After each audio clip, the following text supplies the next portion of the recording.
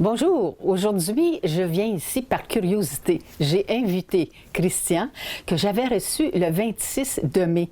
Alors je voulais savoir son cheminement à venir jusqu'à maintenant. Alors je vous le représente. Bonjour Christian Ouellette, comment vas-tu mon cher? Bonjour Cécile, ça va très bien, merci. Est-ce que tu pourrais nous résumer en quelques mots notre première rencontre du 26 mai? Comment t'en es venu à nous parler de la biodéprogrammation? Bien, en fait, comme que je disais, c'est que vu que j'avais des problèmes visuels toute ma vie, bien récemment, j'ai été aveugle totalement des deux yeux, puis j'étais comme dans une dépression, un gros désespoir et tout. Puis j'ai une de mes amies qui m'a initié à la bio justement pour m'aider à m'accrocher à quelque chose à la vie, si on veut, davantage. Fait comme ça, bien, c'est là que, de fil en aiguille, j'ai commencé à étudier dans la bio tranquillement, pas vite. Oui, tu as fait combien de temps déjà? Parce que la dernière fois, tu nous avais parlé que tu recevais maintenant, la dernière fois, des amis pour en parler, probablement pour t'aider à t'initier. Et maintenant, là, je t'ai invité pour que tu nous dises combien de clients, est-ce qu'il y a des nouveaux clients? Est-ce qu'il y en a quelques-uns que tu pourrais nous raconter leur histoire un peu? Bien, dans le fond, c'est fascinant dans le sens que merci grâce à ton émission parce que suite à l'émission, quelques mois après, j'ai eu des gens hors de ma famille, hors de mes amis qui ont entendu parler justement de l'émission et puis qui m'ont invité dans leur émission de radio et de là aussi, en plus, de fil en aiguille, ça a fait que j'ai eu on va dire comme des nouveaux clients, des personnes qui étaient intéressées là, suite aux émissions que tu avais faites, dans le fond, puis que tu m'avais accueilli. Fait que j'ai pu avoir des gens qui voulaient être intéressés à la biodéprogrammation. Donc, ils t'ont consulté avec un petit problème, avec un malaise, et tu as pu les aider. Maintenant, de quelle façon? Parce que tu n'avais pas de bureau à ce moment-là, puis tu n'en as toujours pas un, mais un de ces jours, ça va arriver. Oui. Mais comment, tu allais chez eux ou par téléphone? Ça peut se faire par, comme j'ai déjà dit, ça peut se faire par Facebook Messenger. Si ils restent pas loin, je peux soit aller chez eux ou eux, ils viennent. Comme il y a une personne qui est venue chez moi à la maison, là, elle partait, je pense, de Saint-Paulin, ou je me souviens plus, puis elle était venue chez nous pour sa problématique, puis j'ai pu l'aider pour une problématique de psoriasis. Bon. Le psoriasis, comment tu l'as aidé? Comment on fait la biodéprogrammation du psoriasis? Bon, bien, premièrement, ça, c'est... Problème de peau? Oui, c'est un problème de peau, exactement. Puis c'est un peu différent de l'eczéma parce que c'est une double tonalité.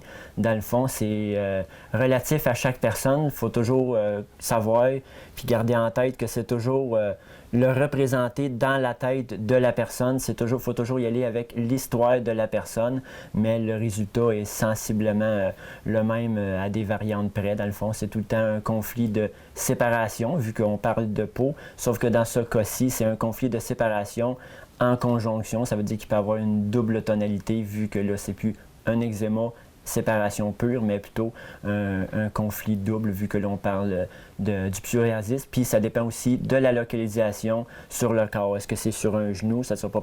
J'ai dit un genou, j'ai fait un bloopers. C'est correct. Bon, c'est bon. Donc, bref, OK. Donc, je dis ça dépend de la localisation. Si c'est sur un coude, ça peut être une symbolique. Sur un genou, ça va être une autre symbolique. Laquelle symbolique? Un exemple? Bien, comme l'exemple classique, mettons le genou, entre autres, ça peut vouloir dire la symbolique de la soumission, vu que quand on est à genoux, on se fait plier un ordre de soumission ou quelqu'un qui est soumis à quelqu'un ou à quelque chose. Ou, qui ne veut pas plier devant les exigences. Oui, c'est ça. Ça peut être exactement ça. Ou il a trop plié puis demeure rigide. Dans une tonalité de conflit, de séparation avec peu importe qui ou quoi, finalement. Et le coude? Le coude, généralement, c'est en lien avec le travail parce qu'on dit l'huile de coude, fait que ça peut être en lien avec le travail. Mais je fais une précision que ça peut être pour le travail, mais ça dépend aussi de la symbolique du représenté dans la tête du patient. Mais généralement, c'est comme un lien, c'est en lien avec le travail, mais ça dépend aussi de la symbolique de la personne aussi dans son représenté à elle. Qu'est-ce que pour elle aussi ça peut représenter? Mais généralement, on y va avec les chemins les plus courts, là, les plus vite pour être plus performant, disons, en biodéprogrammation. Fait qu'on va donner des chemins les plus courants, comme pour venir chez Cécile, on peut venir par tel ou tel chemin. Mais on peut aussi venir en hélicoptère ou en avion, mais c'est peu probable, mais il est quand même là, pareil, ce chemin-là aussi. Fait que pour le coude, c'est entre autres en lien avec le travail, mais il peut y avoir d'autres thèmes, d'autres tonalités. Oui. On a souvent dit, j'ai été obligée de jouer des coudes pour prendre ma place. Oui, c'est ça. Ça, c'est un très bon exemple. Ça aussi, ça peut être un chemin que quelqu'un qui n'est pas capable de prendre sa place ou... Oui, ça peut être... Ben, exemple, prends un employé qui est avec ses collègues, puis là, lui, il travaille dans un bureau, puis il partage le bureau avec quelqu'un, mais l'autre personne prend trop de place. Fait que là, il essaie comme de le tasser pour donner du coude, pour avoir toute sa place à lui. Mais si ça devient ingérable pour lui, si ça bascule au niveau inconscient, il peut se développer une problématique en lien avec le coude, puis la maladie va se ramasser dans le coude selon son représenté à lui. D'accord. Mais si elle se représente dans le coude, c'est pas nécessairement une allergie ou un eczéma ou un psoriasis? Pas nécessairement. Ça dépend tout le temps.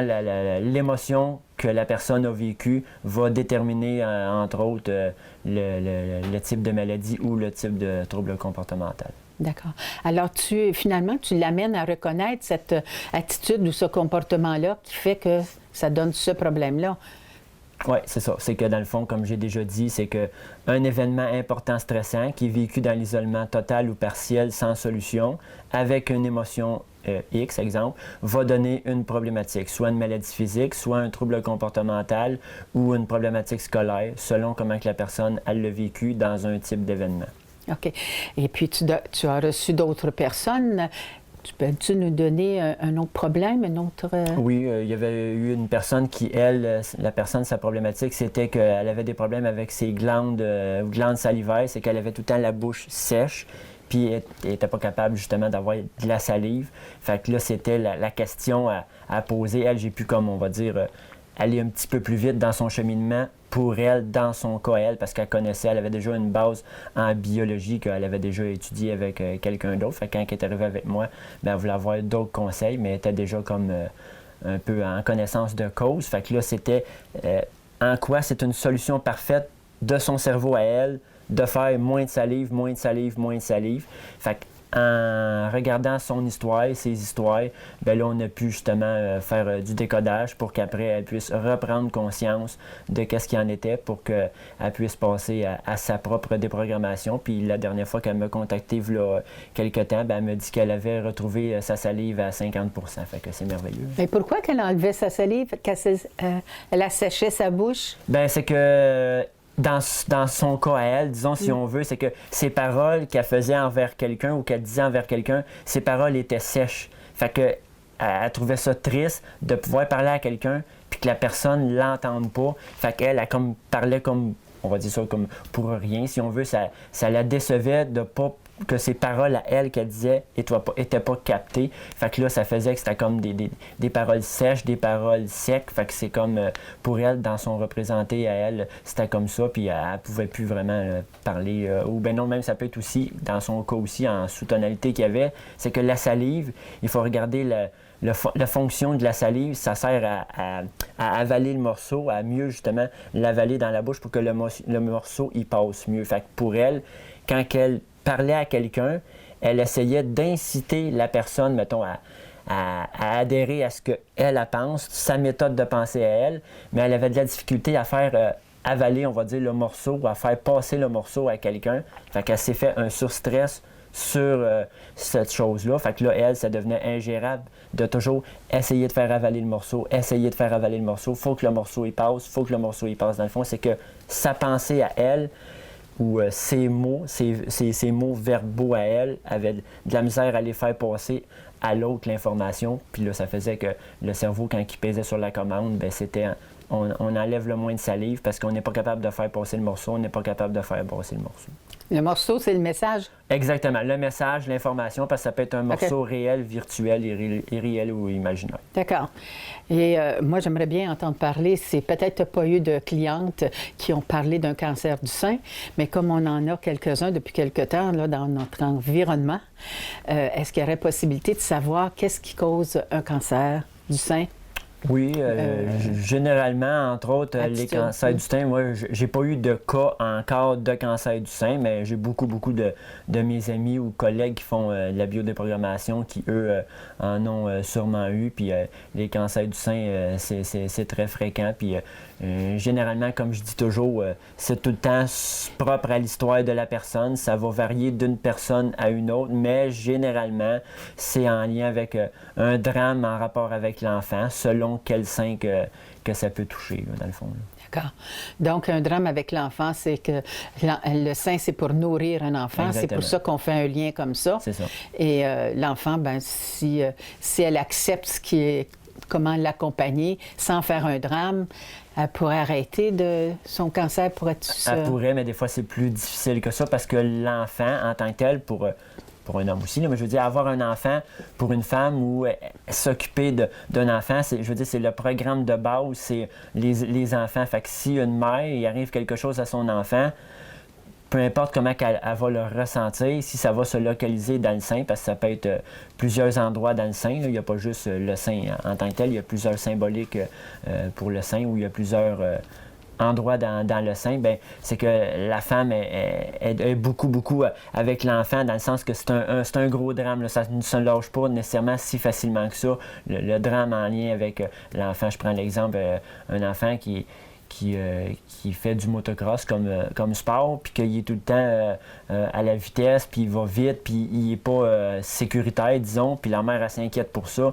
bien, elle peut, selon comment elle va le ressentir, oui, développer une pathologie au niveau du sein, mais encore là, la femme, elle veut tellement s'en occuper de son enfant, elle peut peut-être se rendre coupable, justement, à cause qu'il n'est pas sécuritaire, c'est de ma faute, je devrais être plus ci, plus ça, moins ci, moins ça, fait que c'est pas facile nécessairement de lâcher le conflit, dans le fond.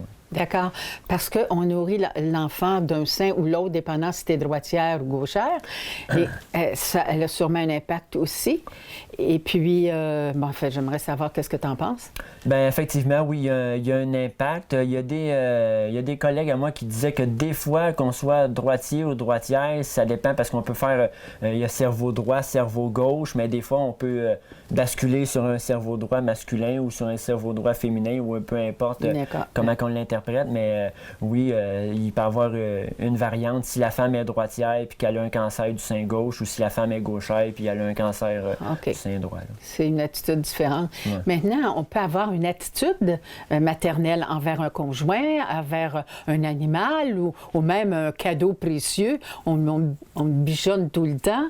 Ça peut aussi causer un cancer du sein parce qu'on a une attitude maternelle. Oui, ça peut être même aussi le projet que je veux mener à terme. C'est mon bébé, c'est mon adoré. J'espère qu'il va se réaliser. Puis si le projet il meurt, puis qu'il n'y a pas lieu, bien, selon toujours comment elle l'a vécu. Oui, c'est vrai. Oui. Ça peut être comme ça. Un projet aussi. C'est ça. Donc, il faut faire attention. Hein? Donc, ça, c'est pour le cancer du sein. Maintenant qu'on a parlé un peu de la femme, on va parler de l'homme. On entend souvent parler depuis quelque temps des cancers de prostate. Alors, peux-tu m'expliquer un peu qu'est-ce qui fait qu'on a un cancer de prostate, selon la biodéprogrammation? Bon, bien, comme que je dis toujours, puis je ne cesserai jamais de le répéter parce qu'on le dit souvent dans nos cours, c'est que il y a plusieurs chemins pour aller à une maladie. Fait que ça ne veut pas dire que le chemin que je donne, ça va parler nécessairement à tout le monde, parce qu'il y en a d'autres chemins, mais c'est que il faut y aller avec le sens biologique de l'organe, comme j'ai déjà dit, ou la fonction de l'organe en question. La prostate, entre autres, c'est le système reproducteur masculin. Donc, on pourrait rechercher aussi quelque chose en lien avec les enfants, mais pas nécessairement un drame en lien avec les enfants nécessairement. Ça peut être causé pourquoi? Pourquoi qu'on a un cancer de prostate? Supposons exemple. Un exemple, oui. Oui, c'est ça. C'est que, exemple, prenons, on dit tout le temps, le cancer de la prostate, c'est en haut de 50 ans. Bon, bien, il y a quand même une logique, si on veut, là-dessus, parce que c'est plutôt rare qu'une personne de 26 ans va se développer un cancer de la prostate, mais il peut. Mais pourquoi que c'est en haut de 50 ans? Parce que, comme j'ai dit, la prostate, c'est le chef d'orchestre pour faire les enfants, si on veut. Fait que on essaye de chercher dans la famille qui essaye d'avoir des enfants, mais qui n'est pas capable d'en avoir. Supposons que moi, j'ai une copine, puis que j'essaie d'avoir des enfants avec elle, peu importe si c'est de mon côté que ça marche pas ou de son côté à elle, ben mon père ou mon grand-père pourrait se développer une pathologie en lien avec la prostate parce que lui il va remettre sa prostate en marche pour aller essayer de faire un enfant puisque moi ou Sabru n'est pas capable d'en avoir. Mais là, il y a beaucoup d'informations à donner, à expliquer le pourquoi du case-key, là, mais c'est très, très, très poussé. On ne peut pas arriver là, puis de dire à quelqu'un qui a le cancer de la prostate, OK, fait que qui dans ta famille qui essaie d'avoir un enfant puis qui n'est pas capable parce que il y a les jugements, puis si quelqu'un n'a pas la notion de base là-dessus, ben on peut se faire regarder de travers. Mais c'est pas nécessairement ça non plus. Non plus, c'est pas nécessairement ça peut être autre chose, avoir un cancer de la prostate. Quelqu'un qui a un cancer à 70 ans, il y a sûrement une attitude ou un comportement qui fait qu'il n'y en a plus. C'est-tu qu'il n'en veut plus, puis c'est des... Ben, c'est parce que s'il n'en veut plus, ça ne fera pas nécessairement enclencher les cellules pour aller en avoir plus de cellules pour qu'il fasse des enfants. Ça peut être un autre conflit, mais c'est parce que si je dis nécessairement le conflit en tant que tel, ça va prendre un minimum de base d'informations que les gens n'auront peut-être pas, puis ça peut être un petit peu incompréhensible. Mais c'est une question d'enfant aussi, le conflit pour la Pas tout le temps. Ça peut être d'autres choses, comme ça peut être un conflit pas propre, semi-sexuel là, et tout. C'est pour ça que je dis que là, on va rentrer dans les détails extrêmement, puis peut-être qu'on va déborder sur. Bon, là, on va passer à la censure. OK, d'abord. Je le savais, quand ça arrive aux hommes. OK. Après ça, pourrais-tu nous parler, par exemple, de comportement? Est-ce qu'il n'y a pas seulement des problèmes physiques ou... Un problème de comportement, ça pourrait être quoi? Oui, comme des problèmes de comportement, mais ça peut être toutes sortes de problèmes de comportement, comme ça peut être des tics, des tocs, des Gilles Latourette, quelqu'un qui se ronge tout le temps les ongles, quelqu'un qui se coupe constamment les ongles sans arrêt, puis qu'il faut qu'il soit à recours les ongles, puis que ça devient justement un trouble obsessionnel compulsif. Ça peut être... des trucs comme ça aussi, ça rentre dans la biologie aussi. OK.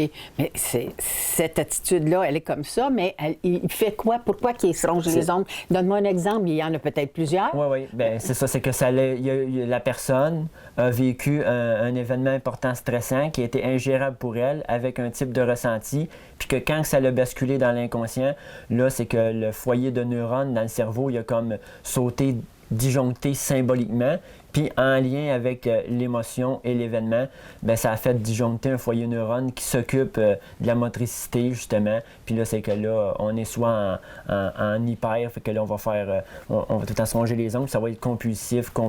Fait que faut y aller avec encore, on peut y aller avec l'étymologie, on peut y aller avec la philosophie de l'ongle, en lien avec le sens biologique de l'organe. L'ongle, il sert à gratter, il sert à se défendre, il sert à l'agressivité. Fait qu'en quoi la personne aurait peut-être pas été capable d'exprimer son agressivité puis qu'elle a été refoulée. Fait que quand c'est dans l'inconscient, ben là, c'est l'organe qui prend le surstress en charge pour garder l'individu fonctionnel. OK. Je comprends bien, là, avec ces exemples-là. Il n'y a pas juste les pilules qui fait faire quelque chose. Ça aide, c'est un complément, dans le fond. Parce que quand tu fais de la biodéprogrammation, tu n'es pas contre la médecine. Non. Au contraire, on est pour la médecine. Si je peux me permettre de donner un très bon exemple. Oui, bon, ben c'est ça, c'est que moi, ce qu'on disait, puis ce qu'on dit encore dans nos cours, si une personne est diabétique, la première ligne d'attaque, si on veut, c'est pas de venir nous voir en biodéprogrammation, c'est d'aller voir la médecine pour que lui, le docteur, il va être apte, puis il est apte justement à nous diagnostiquer. Il va nous doser nos pilules. Puis après ça, en deuxième ligne, là, on peut venir voir en biodéprogrammation parce que si tu arrives avec un diabète, puis tu viens nous voir, et puis entre-temps, pendant que tu viens nous voir, tu fais un coma diabétique parce que tu n'es pas suivi, contrôlé, bien c'est complètement stupide d'agir de cette façon-là. Fait que nous, on est là en ajout, en complément avec la médecine. Eux, ils sont aptes pour faire les diagnostics, puis de dire qu'est-ce qu'il y en a. Puis nous, avec ça, bien, ça nous donne des pistes pour après ça faire le décodage. D'accord. Mais en prenant ces médicaments-là, pour commencer, c'est bien. Oui. En complémentarité, c'est avec toi. Mais aussi, à force de comprendre son problème, peut-être que le médecin va se rendre compte que ça va de mieux en mieux, puis il va diminuer sa médication. Exactement, tu as tout compris, parce que comme l'hypothyroïdie ou l'hyperthyroïdie ou comme d'autres maladies d'ailleurs, on va aller en médecine, il va nous donner le médicament pour traiter l'hypothyroïdie ou l'hyper, peu importe. Là, il va venir voir en bio pour faire une déprogrammation, du décodage, un travail. Là, des fois, quand on est en phase de réparation, on a un petit malaise ou on a des symptômes, peu importe. On va aller voir le médecin encore une fois. Puis là, lui, il va voir que oh, il y a trop de. La dose est trop, il va la baisser, puis à mesure que ça va aller, bien, il va la diminuer, voire même l'arrêter. Puis c'est le médecin qui diagnostique, c'est le médecin qui fait les prescriptions, puis c'est le médecin qui dit quand arrêter. Fait qu'on peut pas se faire passer, si on veut, pour des charlatanistes. C'est eux qui diagnostiquent, c'est eux qui font arrêter les médicaments. Fait que après ça, ben c'est là que les gens peuvent reprendre contrôle de leur vie, puis ils peuvent s'en débarrasser. Mais aujourd'hui, on voit qu'il y a des médecins qui apprennent plusieurs techniques comme la biodéprogrammation. Je sais qu'il y a des médecins qui l'apprennent. Il y a aussi des médecins qui apprennent pour devenir aussi chiropraticiens, qui vont faire de l'ostéopathie aussi. Il y a plusieurs possibilités. Aujourd'hui, les médecins, ils ne sont pas juste dans une ligne médicale, mais qui ont des compléments, comme tu dis. Oui, ça commence tranquillement. Ça commence, oui, parce que j'en connais quelques-uns. Et puis, mais ça, il faut avoir la passion, il faut être jeune peut-être, parce que quand on est avec nos anciennes méthodes, bien, c'est bon aussi, sauf qu'on n'ose pas aller ailleurs. Parce que c'est toute une nouvelle sorte d'information. C'est complètement à l'envers de ce qu'on nous a appris là, avec les virus, les microbes, les bactéries et tout. C'est comme une nouvelle approche, puis on voit ça. Tu sais, l'exemple que je m'étais fait donner, c'est quand il y a des accidents mortels de voitures sur l'autoroute, on pourrait dire que c'est à cause des ambulances, c'est à cause des polices, c'est à cause des pompiers. À toute fois qu'il y a des accidents mortels, ils sont tout le temps là. Ouais. Mais en réalité, c'est pas vrai. Bon, mais là, c'est la même chose là aussi pour les virus, les bactéries, les microbes, les champignons sont tout le temps là quand on est malade, mais en réalité, c'est parce qu'il faut voir l'envers de la chose, parce qu'en réalité, c'est des oui, parce que là, on parle beaucoup de virus de ce temps-là. Oui, c'est ça. Oui, c'est énervant, ça. Qu'est-ce qu'a dit la biodéprogrammation sur le virus? Bien, en fait, c'est que les virus... Il y a la grippe, là, puis tout ça. Oui, bien, c'est ça. Comme les virus de la grippe, justement, entre autres, les virus, c'est justement c'est en phase de réparation qu'on va contracter, justement, le virus, entre autres. Généralement, les virus, les bactéries, les microbes, ils arrivent en phase de réparation, justement, pour remettre l'équilibre, là, justement, dans le corps humain, si on veut. D'accord. Bien souvent, on a mal, mais on pense que c'est un mal qui se détériore, mais ça peut être non, c'est pas un mal, c'est une réparation. Le corps, il travaille, mais pour se réparer et non pour être pire. C'est ça. Dans certains cas, oui, ça peut être une phase de réparation. On se soigne comme on fait d'habitude. On prend des Tylenol, des Advil, où on va voir le médecin pour voir qu'est-ce qu'il y a, puis on se fait traiter, puis on essaye de ne pas paniquer. Puis c'est des signes et symptômes de la phase de réparation, que ce soit mal de tête, fièvre, de l'édème, fatigue, épuisement. Ça peut être des signes de la phase de la réparation, justement. D'accord. Bien, c'est très intéressant, mais moi, je veux passer à d'autres choses parce que, mon cher Christian, tu n'as pas juste une passion. Non. Tu en as plusieurs. Alors, tu nous avais parlé la dernière fois des créations de Cristal Desroches. C'est quoi au juste? Tu t'en es rendu où avec ça? Ça, c'est fascinant. J'avais pas précisé le nom la dernière fois que j'étais venu. C'est les créations Cristal Desroches. Si des fois, il y en a qui sont intéressés à aller nous joindre sur Facebook ou sur YouTube. C'est, dans le fond, c'est moi qui ai parti ça avec une de mes amies d'Europe, Alice Desroches, qui, elle, est auteure, dessinatrice de bande dessinée. Puis, dans le fond, c'est qu'on est des scénaristes pour écrire, que ce soit des films, des téléséries ou des bandes dessinées. Puis, elle m'aide beaucoup, moi et mon équipe, justement, à faire des doublages de scénarios ou de contes avec nos amis Laure Meunier, notre officielle doubleuse, ou Guillaume, notre nouvel ami qui vient de rentrer dans l'équipe avec notre adjointe administrative et tout, Roxane, qui nous aide beaucoup. Fait, dans le fond, c'est parce que moi, je veux devenir auteur-scénariste pour la télévision, justement. Puis c'est pour ça que j'ai créé cette page-là de Facebook, si je peux dire, sur Internet, avec une chaîne YouTube. Puis là, il y a des gens qui peuvent venir voir nos projets de dessin, de scénario, de contes, d'audio-roman. Même, on a une émission une fois par mois qui s'appelle « Invitez-moi », comme les mois de l'année, « Invitez-moi ». Puis on invite des gens à parler de leur passion, métier, passe-temps, qui, soit dit en passant, tu es la bienvenue, Cécile, si jamais un jour tu veux participer à notre émission. Je suis certain que tu aurais beaucoup de choses à dire. Fait que, en gros, c'est pas mal ça. Tu prends une chance. Ouais.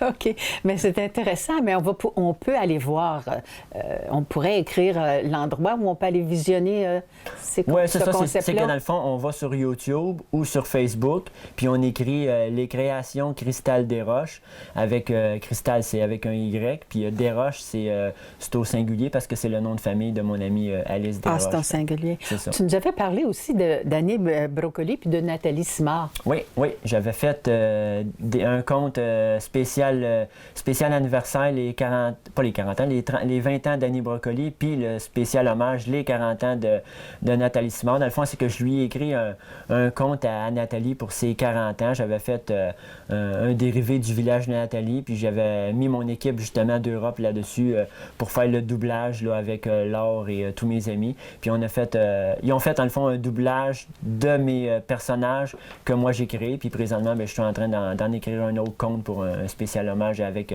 Jessica Barker puis Laurent Deutsch là, qui ont déjà fait une série dans le temps. Wow! C'est intéressant ton affaire? Oui.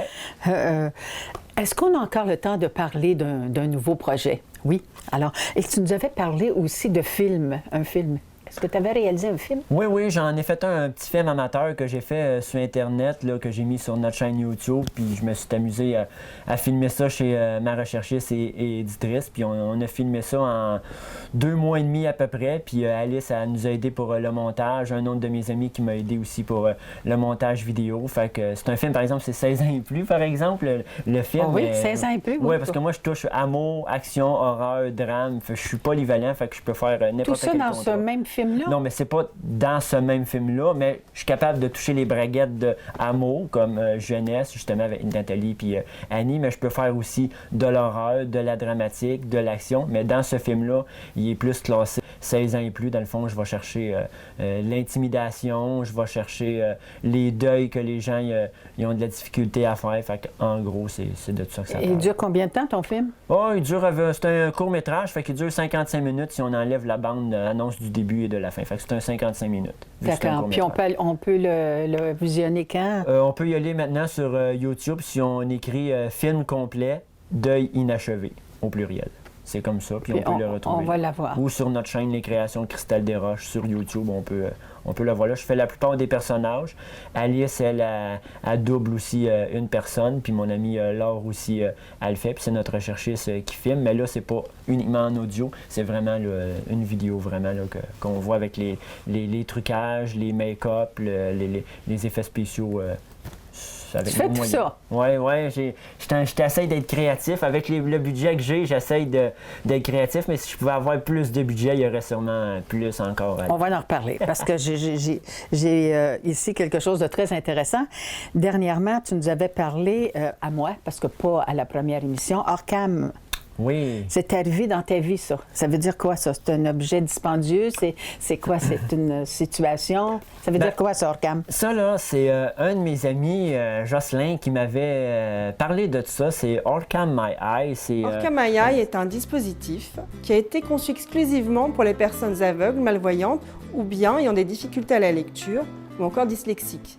Son utilisation est très simple puisqu'il suffit de le clipper sur une paire de lunettes de cette façon. Il répond à un geste très simple et intuitif, puisqu'il suffit de montrer du doigt le texte que nous désirons lire.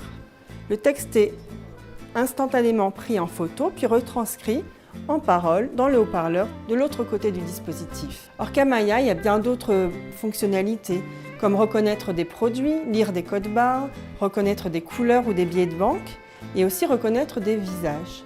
On peut enregistrer au préalable les visages des personnes qui nous entourent et la caméra le reconnaîtra automatiquement. Orcam My Eye est capable de donner beaucoup d'autonomie aux personnes déficientes visuelles ou aveugles et ainsi les rendre encore plus indépendantes. Pour plus d'informations, rendez-vous sur notre site internet orcam.com.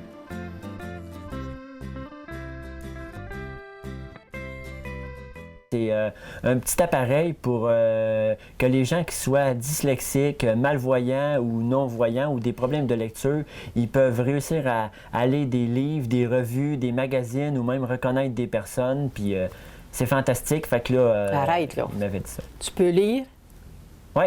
Ben, c'est que la machine, elle lit pour nous, Ah oui? mais elle fait clic-clic, puis là, elle peut lire pour nous, justement, pour Ah, wow. lire un livre. Là, quand un aveugle peut vraiment lire, là, comme s'il lisait. Là, dans le C'est fond. pas du braille, là. C'est pas du braille, c'est vraiment la narration de l'auditrice qui est, on va dire ça comme ça, là, dans la machine, qui, elle, a fait le parler elle filme, après une image, clac, puis là, elle a capté l'image, elle l'a enregistrée, puis là, elle nous lit ce qui était décrit sur le texte, dans le fond.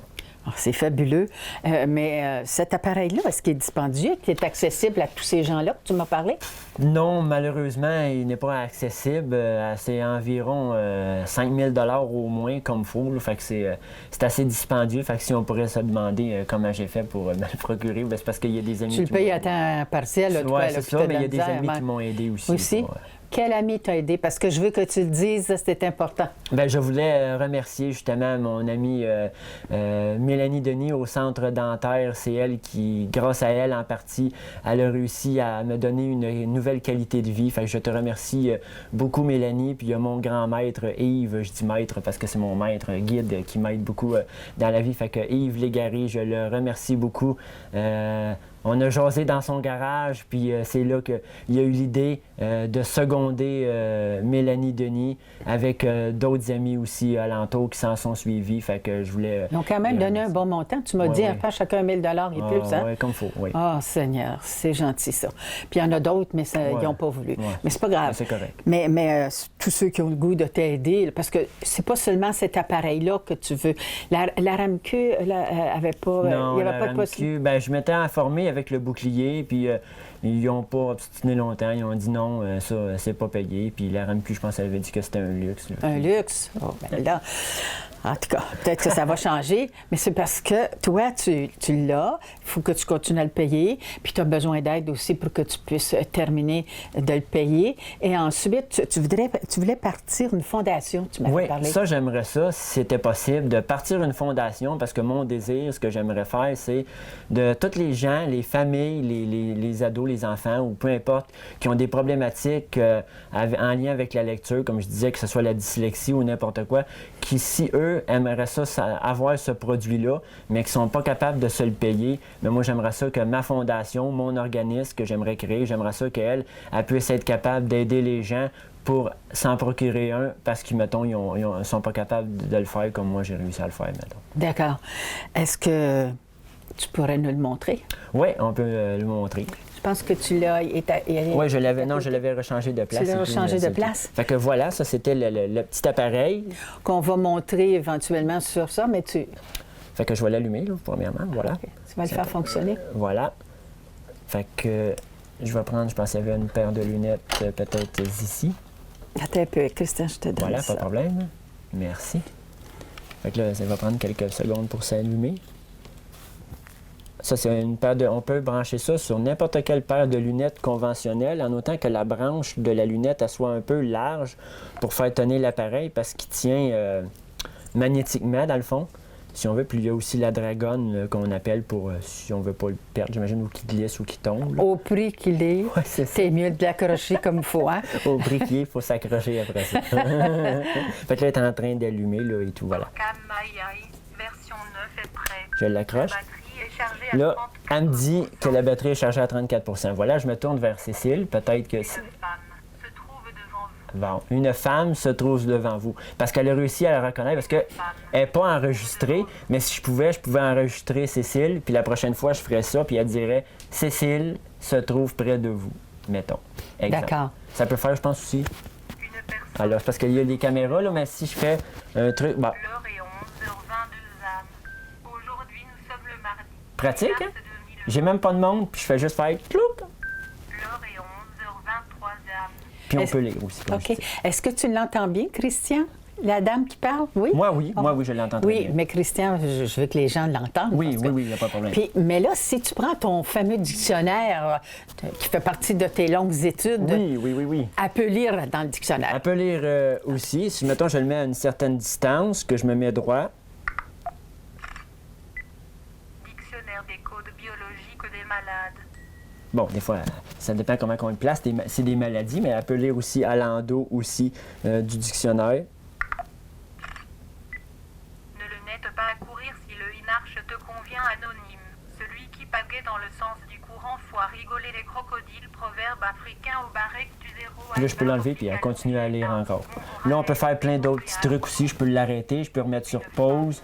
Je peux aussi vérifier aussi pour des couleurs et tout. Fait que c'est un appareil très sophistiqué, très à jour et c'est très utile. Franchement, là, j'adore ça. Oh, je comprends pas pourquoi la RAMQ ne le fait pas moins cher ou aider, je sais pas.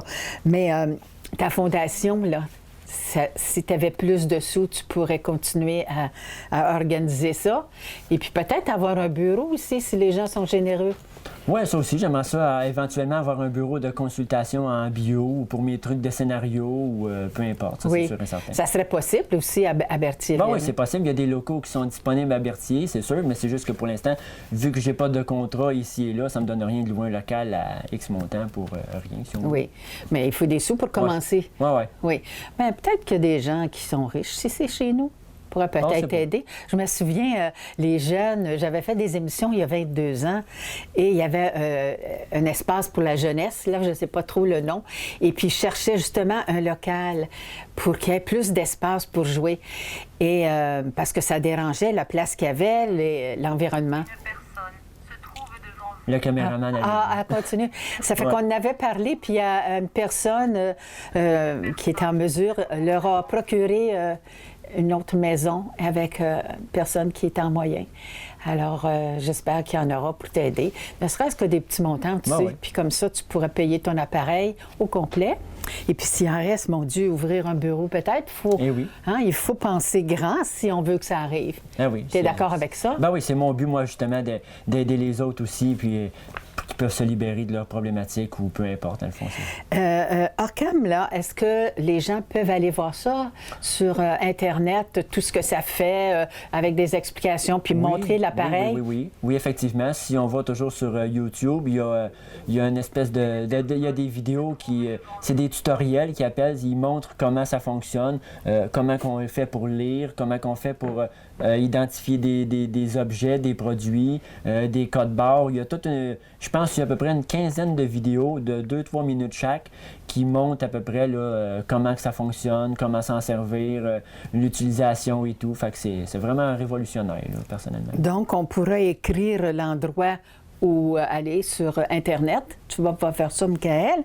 Et puis aussi parler des possibilités. Puis tu voulais faire un de tes désirs. C'est l'âge.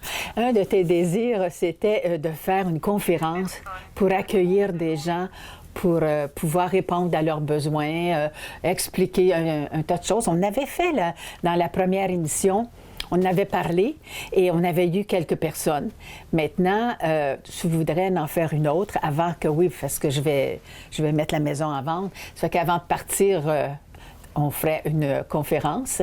Tu pourrais recevoir des gens. Et on avait parlé peut-être du 9 mai. Oui. Un après-midi vers 1h. Oui. Alors, le 9 mai, si vous voulez rencontrer Christian Ouellette, il sera ici le 9 mai à 1h.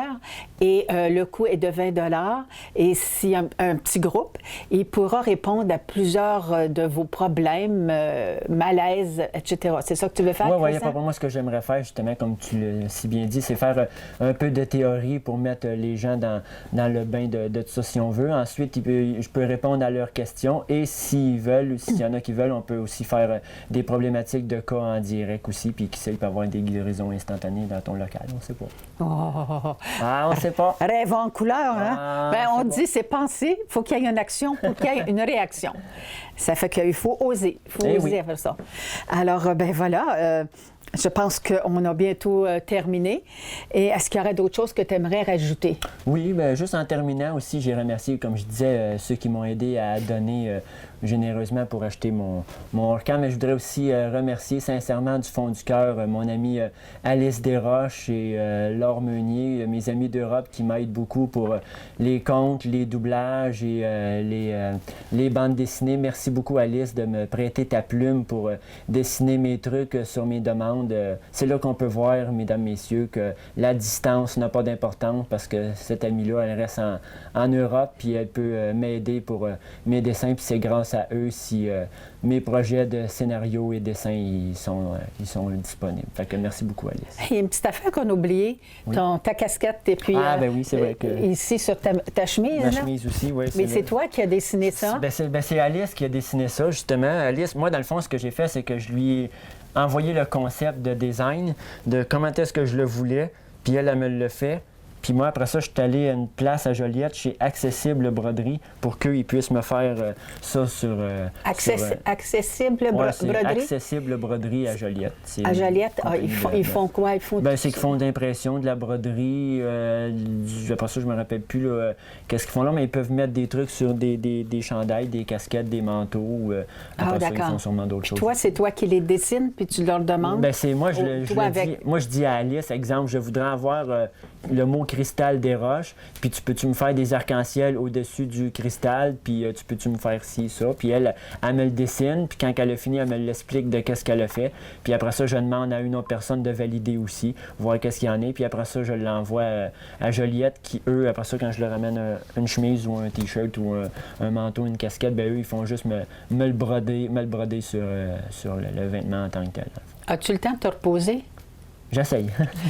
Seigneur.